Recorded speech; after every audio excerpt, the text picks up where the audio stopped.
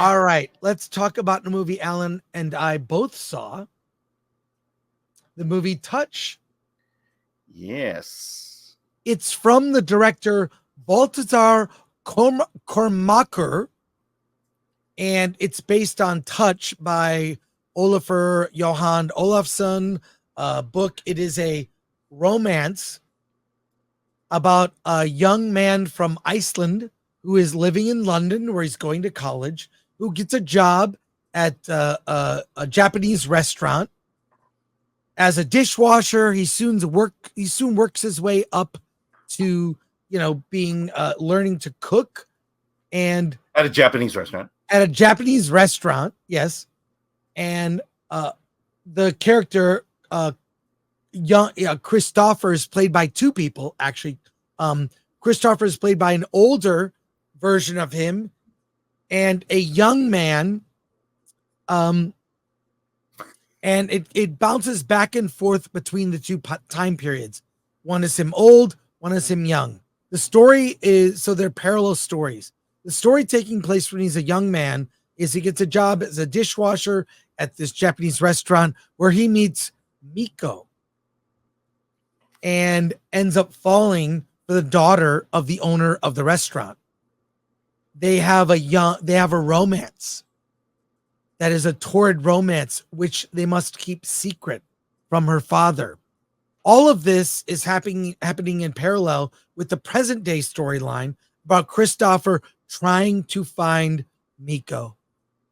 He goes back to London, then he goes to Japan. You see his journey. He's late in life.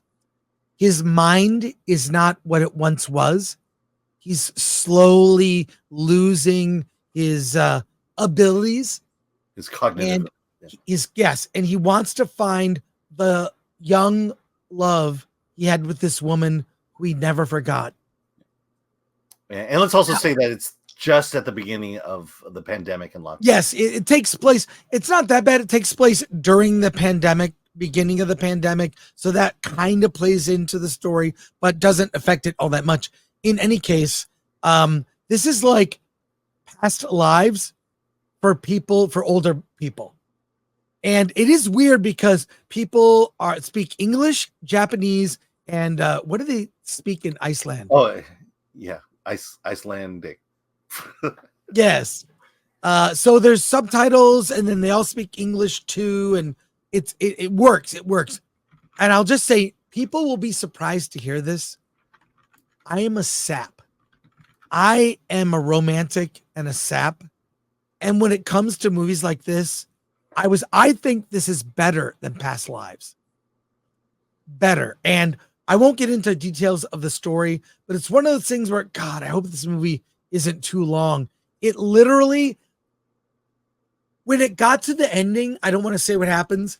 I was like, oh, wow, this would be the perfect place to end the movie. It faded out and it ended.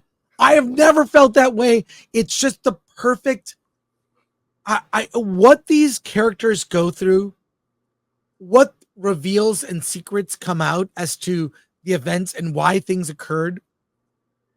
The chemistry between the young Christopher and Miko is so, it's sexy, it's romantic, it's about love and sacrifice, and about, I sat in a movie theater. This is true. I saw the 2:00 show. I'm in a movie theater and there's all men, single, in seats. What does that tell you? A lot of people have Asian fetishes. That's what it tells you. Exactly. But it was just, I don't know. I really liked it better than Past Lives, which I thought was about maybe regret or whatever. They were kids when they were friends, and was there something? I like Past Lives a lot. This is the much better version of that story, that kind of story about regret, loss, what could have been. Mm-hmm. And my God, I was sucked in, and it's very emotional. Strong recommend for this. 9 out of 10 for me, but a really specific type of film. It's romance. It's not a comedy, right? But so well done. The way it's told, like, I mean, watch the trailer to see if it's for you. But I saw the trailer. I thought, I don't want to see the rest of the trailer. I must see this film. Alan, what did you? Did you cry? Dennis Wright wants to know. Did you cry? I got choked up, 100%. I got choked up. I mean, you got to see it. You got to see.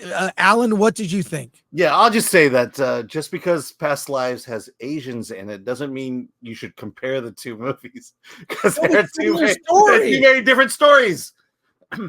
They're two different stories. Okay, I'll just start with the things that bugged me, but in general, I really like this movie.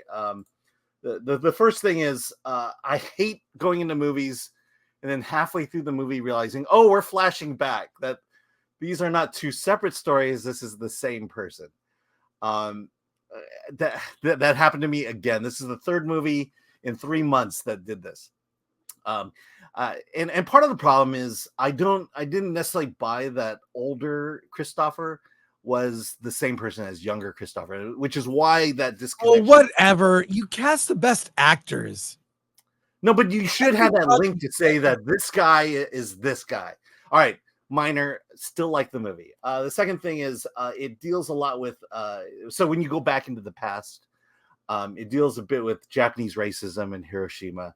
My feeling was we're so far removed from that it didn't, because it plays a big part, the whole the disdain toward Japanese, but it's like we're so far removed from it, it just, I didn't feel the impact of that for the characters. Well, it was important at that time. Yeah. No, it was important at the time. No, I get that. In the context of the story, yes.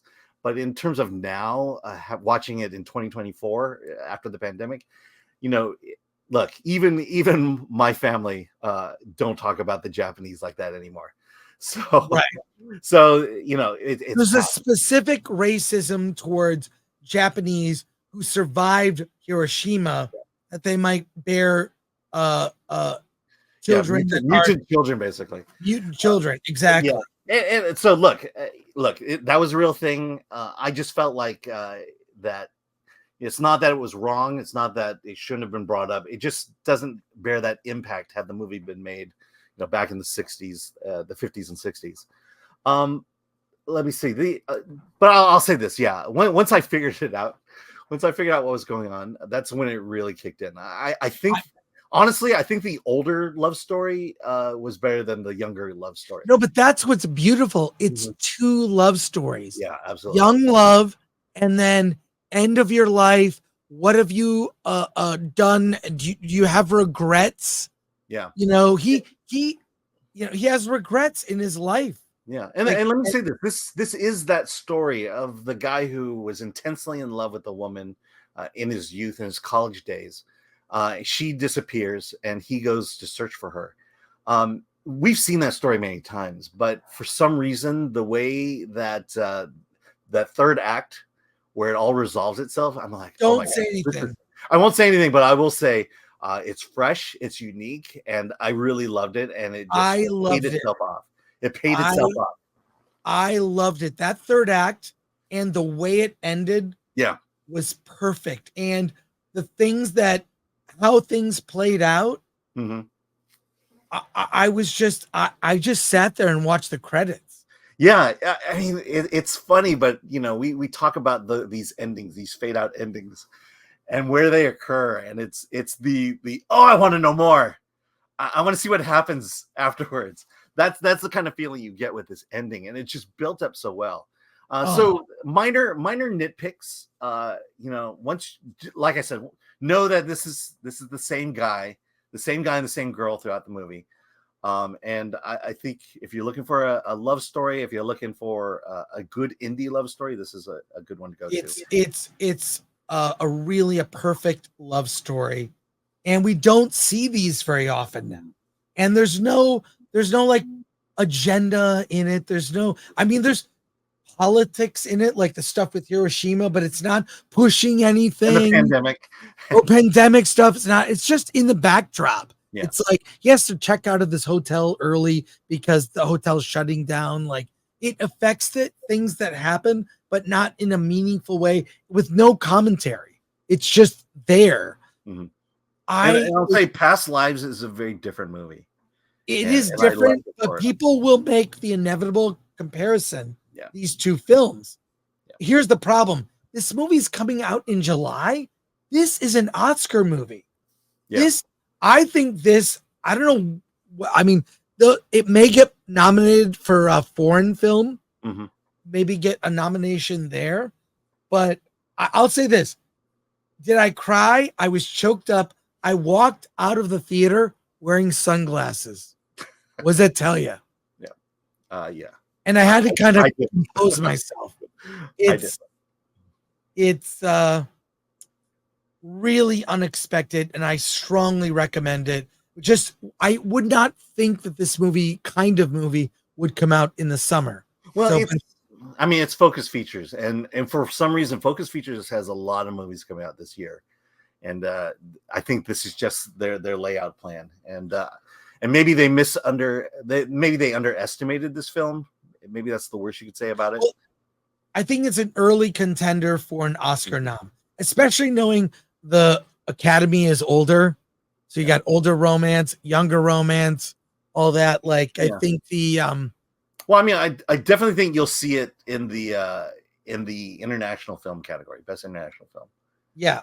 I don't think you're going to see the best picture though. Have we said any other film we've talked about this year? Have we said Oscars at all? I mean, Dune Part 2 for, production stuff. Yeah. But any other movies? Have we said Oscars? Gosh. I think there was one. I mean, look, as bad as it's doing at the box office, maybe Horizon has a chance. Well, Touch is an early contender. And if you like this type of film, see the trailer. I strongly recommend it. Look, it's a contender for best international film. I'm not throwing in the best film category, best picture category.